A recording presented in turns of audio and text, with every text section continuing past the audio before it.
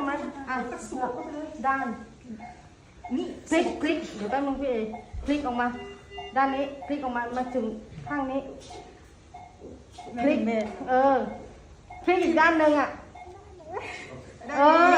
แล้วก็อันนี้เอาหัวฝั่งนู้นขึ้นมาใช่แล้วก็เอาตรงนิ้วโป้งหมุนความลงเนี่ยไอ้ตัวเห็นอันนี้ไหมอันเนี้ยแล้วก็สวมขึ้นอันเนี้ยมันถึงเอาโค้งไปหาพี่มัดเอาโค้งไปหาพี่มัดมออันนี้โค้งไปหาพี่มัดตั้งมันจะอยู่อย่างนี้ก็ตั้งอย่างนี้มันเป็นอย่างนี้ใช่ไหมเอิญตั้งดูพี่มันเป็นแบบนี้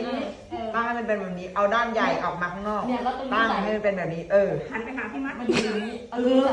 แล้วก็สวมเข้าไปเลยตั้งตรงด้ามตรงนิ้วโป้งมันจะมีตรงนิ้วโป้งใส่ใช่ตรงนั้นแหละใช่ยัดใส่จากฝั่งให้มันนั่นแหละในที่สุดความพยายามของเรา